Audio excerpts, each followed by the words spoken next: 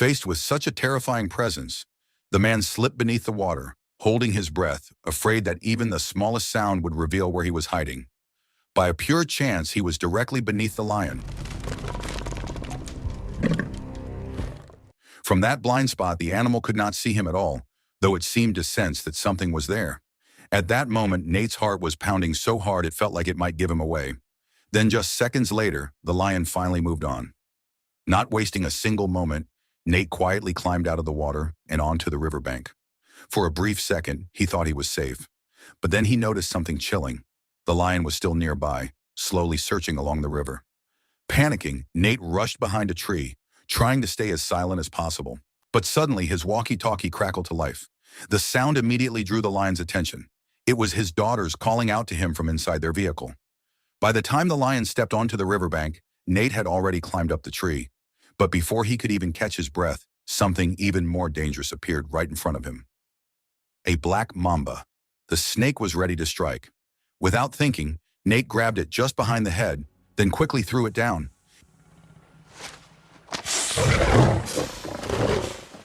And just like that, Nate barely survived. But just a few hours earlier, none of this had happened yet. This is Beast. Nate was actually a doctor who had come to South Africa with his two daughters, Meredith and Nora. The trip was meant to be a simple vacation. After arriving at their destination, they were picked up by Martin, an old friend of Nate. Martin had been living there for years, working as a biologist and managing a wildlife reserve called Mopan. He brought Nate and his daughters to the village of Mopan, where they would be staying.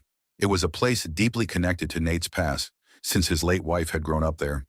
In fact, it was Martin who had first introduced the two of them. The village was beautiful, and so was the place where Nate and his daughters would be staying, completely surrounded by nature. The only downside was that there was no internet at all. That night, the atmosphere felt warm as they all gathered together. But things became a little uncomfortable when Meredith and Nora started talking about their mother. Later, Nate admitted to Martin that he had made a mistake in the past. After separating from his wife, he chose to distance himself, only to later find out that she had been suffering from terminal cancer all along. That was the real reason behind this trip. It was not just a vacation. Nate wanted to reconnect and rebuild his relationship with his daughters. The next day, Martin took Nate and the girls to explore a restricted and dangerous area of the reserve. He wanted to show them the local lions, a true symbol of pride in Africa. The reserve was vast, and along the way, they saw many animals roaming freely in their natural groups. Oh my gosh, you're so cute.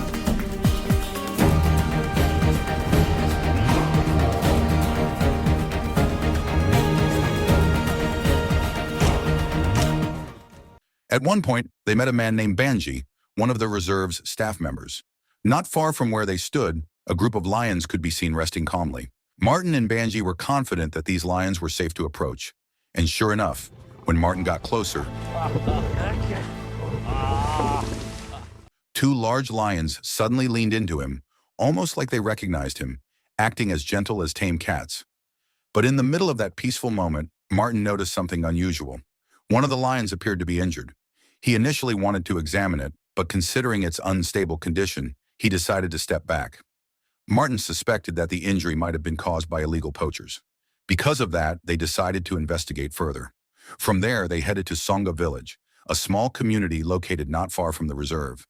Along the way, Martin explained how poachers had become a serious problem. They used to hunt elephants and rhinos, but now they were also targeting lions, selling their teeth, claws, and even bones on the black market for profit. When they finally arrived at Songa village, something immediately felt off. The place was unusually quiet, almost eerily empty. It did not take long for Martin to discover the truth. Most of the villagers had been killed in a brutal way. After examining the wounds on the bodies, he initially suspected a lion attack. But at the same time, it did not make sense to him. In all his years living there, he had never seen lions attack an entire village like this. Planning to report what they had found, Martin and Nate prepared to head back. But suddenly Nora screamed. She had found another victim, lying dead alongside a slaughtered cow. Realizing the danger, Martin quickly sped up the vehicle, trying to get them out of there as fast as possible while repeatedly attempting to contact Banji over the radio.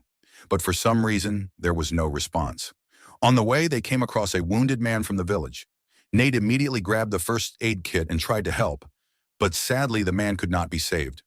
Meanwhile, Martin stepped out to check the surroundings. He slowly moved toward the edge of a nearby lake, where he noticed a set of lion tracks. Moments later, a lion suddenly appeared and attacked him.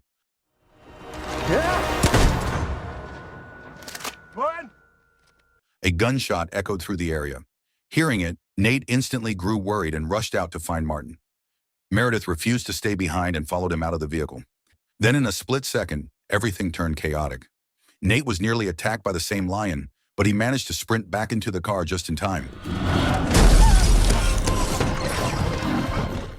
The lion was relentless, trying to break its way inside. Nate struggled to keep it out while telling Meredith to drive. But in her panic, she accelerated too hard. The vehicle lost control and crashed straight into a tree.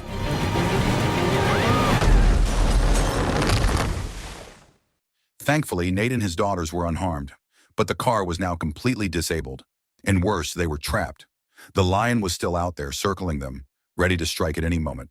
On top of that, they were deep inside a restricted area, a place where almost no one ever passed through. In the middle of that tense situation, a voice suddenly came through the radio. It was Martin. He was still alive, but he was badly injured. His leg was severely wounded, leaving him unable to move. Nate quickly guided him through the radio, telling him how to stop the bleeding by heating a knife and pressing it against the wound. Hearing Martin's screams, Nate realized that he was not too far away. He wanted to go out and help, but Martin warned him not to. The lion that attacked them was still there, right in front of him. It became clear that this was no ordinary lion. It had deliberately kept Martin alive, using him as bait to lure the others out.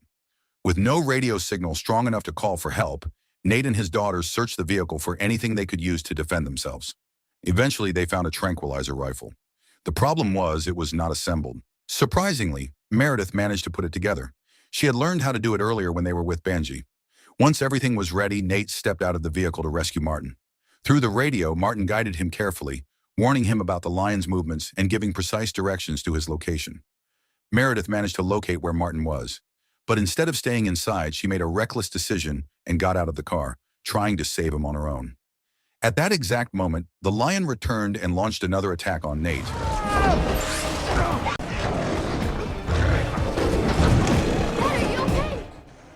With no other option, Nate took cover beneath the vehicle, barely avoiding the attack. Seeing this, Meredith used the opportunity to reach Martin.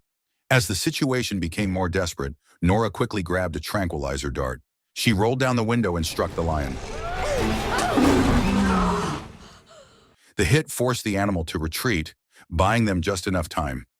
Meredith then managed to bring Martin back safely. Later that night, Martin was treated and eventually regained consciousness. He explained that the lion's behavior was unlike anything he had ever seen. It was not acting like a normal predator. It attacked repeatedly, even targeting vehicles. It seemed to understand exactly who its enemies were. Martin believed that this change was caused by the illegal poachers. They had pushed the lion beyond its limits, turning the king of the wild into something far more dangerous. A few hours later, things took another turn when a group of poachers suddenly appeared. Nate tried to talk to their leader, a man named Masozi, explaining that they had just been attacked by a lion and urgently needed medical help. At first, the poachers agreed to take them to the nearest village, of course, in exchange for money. But the mood quickly shifted when they noticed Martin among them. They clearly did not like him, since he had always been strongly against poachers. Before the situation could escalate further, the lion returned. It attacked the poachers without hesitation.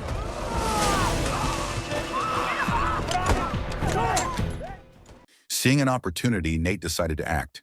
He planned to steal one of their vehicles, but since the keys were missing, he had to search through the bodies of the fallen poachers. While hiding from the lion, Nate was suddenly startled by a radio call from his daughters. Panicking, he immediately threw the radio away and climbed up a tree to stay out of reach. After managing to avoid the lion and finally finding the car keys, Nate prepared to go back. But things went wrong again. The lion was already heading toward Martin and the others. As it attacked, Martin held the lion off just long enough for Meredith and Nora to escape. In the chaos, the vehicle plunged into a ravine with the lion still on it. Down below, Martin made a final decision. He sacrificed himself by igniting leaking fuel, creating an explosion that engulfed the lion in flames. Realizing that his friend was gone, Nate had no choice but to leave with his daughters.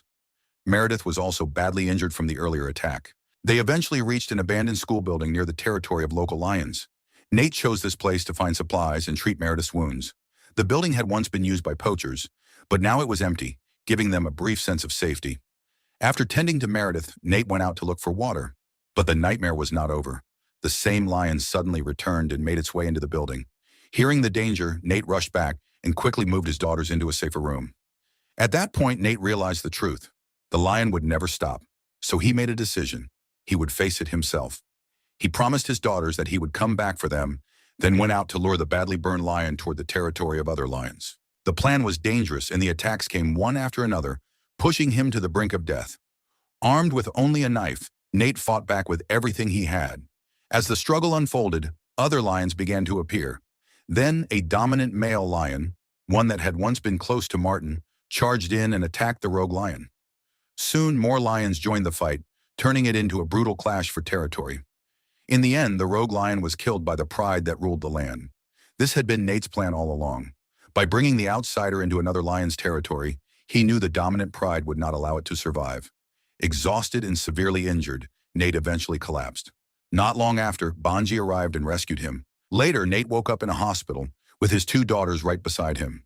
After everything they had been through, he finally expressed how much he loved them. Time passed and the three of them returned to the reserve once again. This time, they stood together beside a tree that had once meant so much to their late wife and mother, and with that, their story came to an end. So the moral of the story is, if your vacation plan includes no internet, illegal poachers, and a genius lion with a revenge arc, maybe just stay home and watch animal documentaries instead.